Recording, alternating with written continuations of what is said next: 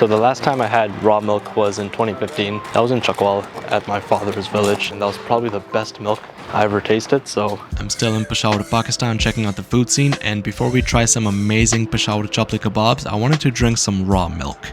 It's warm. It's so creamy too. It's good. Yeah. And we don't get this back home.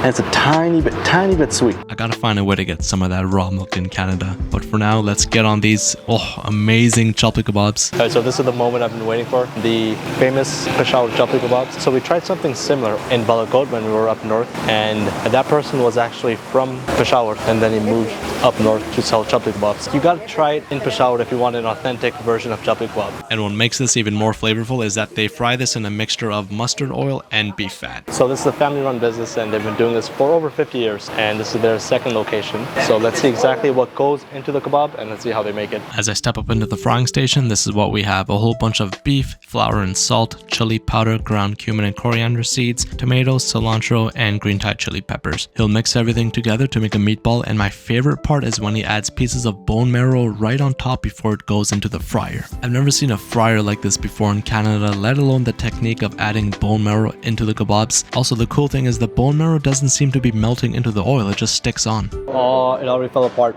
but this is like probably the biggest chapli kebab I've ever seen. And it's so crispy, and they got the pieces of bone marrow just sticking out of there. Oof. Nice squeeze of lime juice. Oh, it's super juicy on the inside, and it has a nice crispy texture on the outside because it's deep fried. Oh, and the tomatoes really help make it juicy as well, but the bone marrow just melts in your mouth. This is probably the best chapli kebab I've ever had in my life. Some naan up in here. And we got some of the chutney as well.